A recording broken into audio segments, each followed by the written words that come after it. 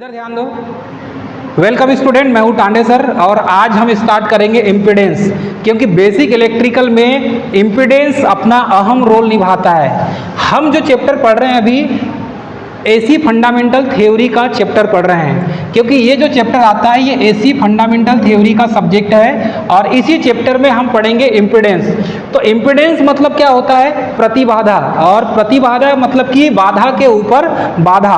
तो इसमें यदि हम देखें इम्पीडेंस का मेन रोल क्या होता है एसी सर्किट में, क्योंकि ये जो इम्पीडेंस है ओनली फॉर एसी सर्किट में ही काम करता है, डीसी सर्किट में इम्पीडेंस उत्पन्न नहीं होगा। चलिए इसका डेफिनेशन यदि देखें तो किसी सर्किट में आर एल सी तीन पैरामीटर्स जब जुड़े होते हैं, क्योंकि ये जो आर एल सी हैं ये पेसिव कंपोनेंट के अंतर्गत आते हैं। आर एल सी ये पेसिव कंपोनेंट की लिस्ट में आते हैं। जब तक आप इन्हें किसी सप्लाई सोर्स से नहीं जोड़ेंगे तब तक ये वर्क नहीं करते, इसीलिए इसे पेसिव कंपोनेंट भी कहा गया है। तो जब किसी इलेक्ट्रिकल सर्किट में एसी सप्लाई दिया जाता है, खिड़की को खोल दो, एसी सप्लाई दिया जाता है तो उसमें आर एल और सी तीन कंपोनेंट को जब आप कनेक्ट करते हैं सीरीज में, और जब एसी सप्लाई दिया जाता है तो इसका काम क्या होता है आरएलसी सर्किट का कि ये टोटल जो करंट होगी, सर्किट की टोटल करंट मानकर चलिए यदि 5 एम्पीयर है तो सर्किट की यदि टोटल जो भी करंट होगी उस करंट के फ्लो होने का अपोज करते हैं। तो एक चीज आपको यहाँ पर साफ शब्दों में समझ में आ गया होगा कि इसका डेफिनेशन कैसा बनेगा बेटा। जब किसी सर्किट में R L C resistance, inductance और कैपेसिटेंस तीनों कनेक्ट होते हैं और उस सर्किट में एसी सप्लाई दिया जाता है तो उस सर्किट में फ्लो होने वाली टोटल करंट का विरोध करता है या अपोज करता है, वह सर्किट इम्पीडेंस कहलाता है। अब इसमें यदि देखें तो ये आर एल सी तीन कंपोनेंट जुड़े हुए हैं। इसमें जो एल है ये एक्सएल इंडक्टिव रिएक्टेंस उत्पन्न करता है, एक्सी ये कैपेसिटिव रिएक्टेंस उत्पन्न करता है, ये इसकी प्रॉपर्टी है, और रेजिस्टेंस का बेसिक काम होता है ये सर्किट में बाधा उत्पन्न करने का ही है। लेकिन जब तीनों किसी एसी सर्किट में जुड़े होंगे तो उस सर्किट में इम्पीडेंस पैदा हो जाएगा, और यही इम्पीडेंस जब किसी सर्किट में जुड़ जाए तो उस सर्किट में बाधा उत्पन्न होने का काम होता है, मतलब कि करंट के फ्लो होने का अपोज करने का काम करता है। इसी से हम करंट के मान को कंट्रोल करते हैं। बेसिक हमारा फंक्शन क्या है, इससे एक पॉजिटिव फीडबैक ये मिलता है कि यदि जब भी हमें एसी सर्किट में करंट को कंट्रोल करना हो तो रेजिस्टेंस लगा दो, कैपेसिटेंस लगा दो, इंडक्टेंस लगा दो, ऑटोमेटिकली करंट कंट्रोल हो जाएगा। रेजिस्टेंस से हम करंट को कंट्रोल करते हैं कि नहीं? तो मतलब कि सर्किट में बाधा उत्पन्न करने का काम ये एसी सर्किट में करता है। इसे ही हम इम्पीडेंस कहते हैं और इसे हम कैपिटल जेड से शो करते हैं। ठीक है, इसके यूनिट क्या हो जाएगी? बाधा उत्पन्न काम करने करता है तो इसकी यूनिट ओम हो जाएगी, इसको ओम से रिप्रेजेंट करेंगे। उसके बाद शो किया जाता है इसको तो कैपिटल जेड से करते हैं, स्मॉल जेड से शो नहीं करेंगे आप। इसे कैपिटल जेड से शो किया जाता है। ये इसका सर्किट है आर एल सी तीन कंपोनेंट, ये पेसिव कंपोनेंट होते हैं आर एल सी। इसको यदि किसी सर्किट में जोड़ दिया जाए और सिर्फ एसी सप्लाई दिया जाए तभी ये सिचुएशन क्रिएट होती है। इसका फार्मूला है Z is equal to root में लिखेंगे आप आर का square plus XL minus XC का होल स्क्वायर लिखेंगे। उसके बाद यहाँ पर ये जो सर्वांग सम का चिन्ह है, ये सर्वांग सम का चिन्ह क्या होता है कि यदि एक्सएल बड़ा है तो माइनस उसके बाद लिखेंगे, या एक्सी बड़ा है, मानकर चलो आप इसे ऐसा समझ सकते हैं एक्सएल का मान मानकर चलिए यदि 10 ओम है और एक्सी का मान यहाँ पर मानकर चलिए 11 ओम है, तो आप किसको पहले लिखेंगे बेटा? आप एक्सी को आप पहले लिखेंगे और एक्सएल को बाद में लिखेंगे, ताकि आपका जो रिजल्ट है वो पॉजिटिव में हो। तो इस टाइप से आप जब मान रखेंगे तो ये क्या हो जाएगा 11 माइनस 10 इज इक्वल टू 1 हो जाएगा। तो यहाँ पर ये सर्वांग सम का चिन्ह यही रिप्रेजेंट करता है कि बड़ा कौन है उसे पहले लिखना है और छोटे को बाद में लिखना है। इस तरीके से इसका कैलकुलेशन किया जाता है। अब यहाँ पर देखेंगे कि प्योर रेजिस्टेंस का एसी सर्किट, मतलब कि एसी सर्किट में प्योर रेजिस्टेंस का क्या रोल है। प्योर रेजिस्टेंस मतलब बेटा हो जाएगा शुद्ध प्रतिरोध। जब किसी सर्किट में शुद्ध प्रतिरोध मतलब प्योर रेजिस्टेंस लगाया जाता है तो वो सर्किट कैसे रिएक्ट करती है, क्या एक्टिंग करती है, क्या एक्शन लेती है, ये आपको पता चलेगा। अब चलिए, इसका सर्किट है यहाँ पे, ये प्योर रेजिस्टेंस हमने लगा दिया। जब प्योर रेजिस्टेंस लगा दिया और एसी सप्लाई जब हम देंगे तो एसी सप्लाई देने पर क्या होगा, रेजिस्टेंस का मेन काम होता है पावर लॉस करना। रेजिस्टेंस का मेन वर्क क्या है, पावर लॉस करना। तो ये पावर को लॉस करेगा हीटिंग के रूप में, हीट के रूप में, और इसमें हीट डिसिपेट होगा मतलब कि ऊर्जा का क्षय होगा। तो इसमें जब एसी करंट दिया जाता है तो ये पावर को लॉस करती है और यहाँ पर P = I² R के फॉर्म में होता है। P = I² R के फॉर्म में होता है। इसका वेव फॉर्म यदि हम देखें तो ये वेव फॉर्म में 0 पॉइंट है। इसमें करंट की वेव फॉर्म, वोल्टेज की वेव फॉर्म और पावर की वेव फॉर्म तीनों को एक साथ रिप्रेजेंट किया गया है। तो यहाँ पर आप देखेंगे, यहाँ से यहाँ तक हम चलेंगे तो ये हो जाएगा पाई और यहाँ तक चलेंगे तो 2 पाई।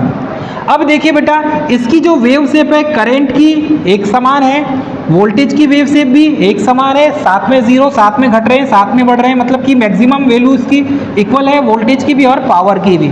तो ये जो पावर का जो फार्मूला है P = V × I, ये किसका रिजल्टेंट है बेटा, गुणात्मक मान है, यही वोल्टेज का और करंट का, ये दोनों का गुणात्मक मान पावर होता है।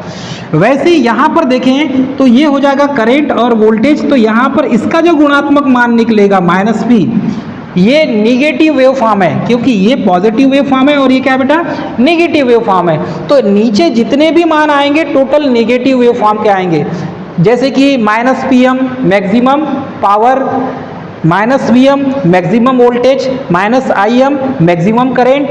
अब ये 0 हो गया, 0 से ऊपर जाएंगे तो प्लस हो जाएगा, तो ये +Im maximum current, +Vm maximum voltage, +Pm maximum power. तो इस तरीके से इसका वेव फॉर्म बनेगा। अब बात ये आती है कि प्योर रेजिस्टेंस जब लगाते हैं तो इसका जो फेज डिफरेंस होता है वो 0 हो जाता है। वो इसलिए होता है क्योंकि वोल्टेज और करंट का जो फेजर है दोनों एक सीध में होते हैं, मतलब एक ही लाइन में होंगे। वोल्टेज और करंट के बीच में एंगल 0 हो जाएगा। एंगल क्या हो जाएगा बेटा, 0 हो जाएगा। क्यों हो जाएगा एंगल, इसलिए 0 हो जाएगा क्योंकि इसकी जो वेव फॉर्म है, वोल्टेज और करंट के बीच में जब वेव फॉर्म खींचते हैं तो दोनों एक ही सीधी लाइन में होते हैं। ये वोल्टेज का और ये करंट का रेफरेंस लाइन हमने बनाया, ग्राफ खींचा, ठीक है। इसको हिडन लाइन कर दूं, इसको हिडन लाइन कर दूं, तो यहाँ पर दोनों के बीच में कितने डिग्री का एंगल बेटा, 90 डिग्री का। अब यदि इसको खींच के मैंने यहाँ ला दिया तो कितने डिग्री का हो जाएगा, 30 डिग्री का हो जाएगा। ये करंट का हो गया। अब इसको इसी के ऊपर मैं प्लेस्ड कर दूं तो एंगल कितना होगा, 0 हो जाएगा। तो जब वोल्टेज और करंट दोनों एक सीध में होते हैं, कब सिचुएशन में, प्योर रेजिस्टेंस किसी सर्किट में जोड़ दिया जाए तब सिचुएशन में इनका जो फेजर एंगल होगा, फेज एंगल होगा, ये फेस एंगल दोनों का 0 होगा, क्योंकि दोनों एक के ऊपर एक ओवरलैप हो चुके हैं। तो इन दोनों के बीच में एंगल क्या हो जाएगा बेटा, 0 डिग्री का हो जाएगा। ये रेफरेंस लाइन उठ के, ये हिडन लाइन है ना, इसलिए हमने हिडन लाइन बनाया है। अब ये एंगल उठ के जब यहाँ पर आ जाएगा तो इन दोनों के बीच का फेज डिफरेंस क्या हो जाएगा, 0 हो जाएगा। इसीलिए जब पावर फैक्टर की बात करेंगे हम, तो सबसे पहले रेजिस्टेंस वोल्टेज ड्रॉप की बात करें तो रेजिस्टेंस वोल्टेज ड्रॉप VR = क्या हो जाएगा, I × R, क्योंकि बेटा V = क्या होता है, I × R होता है अकॉर्डिंग टू ओम्स लॉ। तो ओम का नियम तो लगेगा इसमें। तो यहाँ पर VR जो है ये रेजिस्टेंस वोल्टेज ड्रॉप है, मतलब कि रेजिस्टेंस में होने वाला वोल्टेज ड्रॉप। तो ये रेजिस्टेंस है, तो इस रेजिस्टेंस में यदि यहाँ मैं इस टाइप से बना दूँ तो इन दोनों के बीच में VR वोल्टेज ड्रॉप होगा। क्लियर है। तो इसका फार्मूला क्या बना, VR = I × R। R क्या है, रेजिस्टेंस, I क्या है, फ्लो होने वाली करंट। अब इसका फार्मूला जब निकालते हैं, करंट की वैल्यू निकालना है तो VR/R के मान से निकालना पड़ेगा। यदि ये ऐसा ऑब्जेक्टिव क्वेश्चन दे दिया जाए, न्यूमेरिकल क्वेश्चन दे दिया जाए, तो आपको सॉल्व करने के लिए फार्मूला है।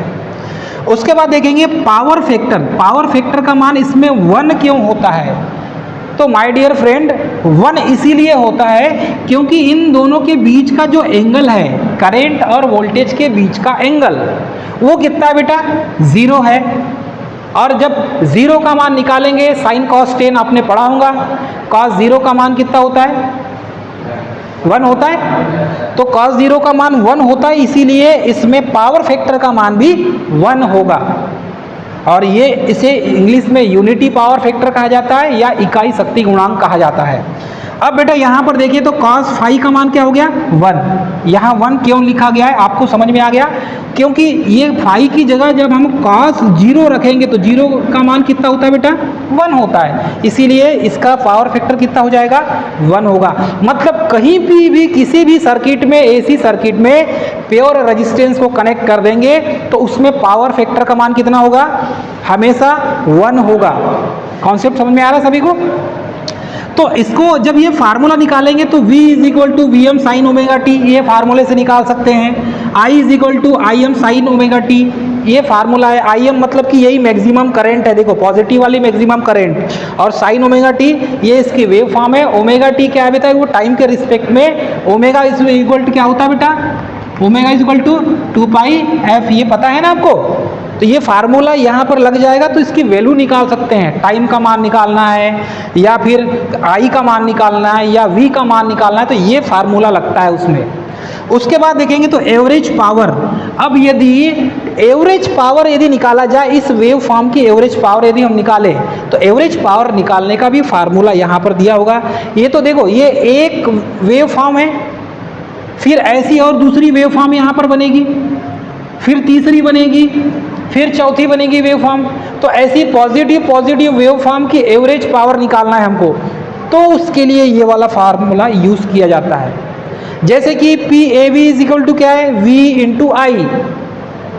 तो अभी एक ही वेव फॉर्म है इसलिए V × I लिखा गया है। यदि ये इसके बाद में एक और वेव हो जाए तो ये क्या हो जाएगा? P1 हो जाएगा, ये क्या हो जाएगा? P2 हो जाएगा। जैसे ये इसका मान है तो ये V1 हो जाएगा, ये I1 हो जाएगा। ऐसी फिर एक वेव फॉर्म बनेगी तो उसमें V2, I2, ऐसा सबका कैलकुलेशन करेंगे और फिर एवरेज पावर निकाला जाएगा। तो ये फार्मूले से मान आप निकाल सकते हैं।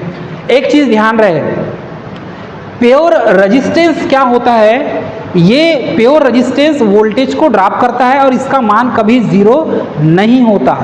कॉन्सेप्ट समझा रहे हैं ना आपको? इसका मान कभी 0 नहीं होता। तो आप कैसा लिख सकते हैं? ये भी लिख सकते हैं कि शुद्ध प्रतिरोध में वोल्टेज और करंट का जो मान होता है वो सिंगल एक फेज में होता है, लाइन में होते हैं। और एक चीज़ मैंने आपको लिखाया था कि शुद्ध प्रतिरोध के परिपथ की औसत पावर का मान कभी भी 0 नहीं होता। इसलिए नहीं होता क्योंकि प्रतिरोध हमेशा, रेजिस्टेंस हमेशा पावर को खर्च करती है, पावर लॉस करती है, इसलिए उसका मान कभी 0 नहीं होता। एक चीज़ और लिख लीजिए आप, शुद्ध प्रतिरोध के परिपथ में पावर के खर्च होने की आवृत्ति सप्लाई फ्रीक्वेंसी का दुगुना होता है। ये लिख लो, शुद्ध प्रतिरोध के परिपथ में पावर के खर्च होने की आवृत्ति या फ्रीक्वेंसी सप्लाई फ्रीक्वेंसी का दुगुना होता है। कॉन्सेप्ट समझ में आया सभी को?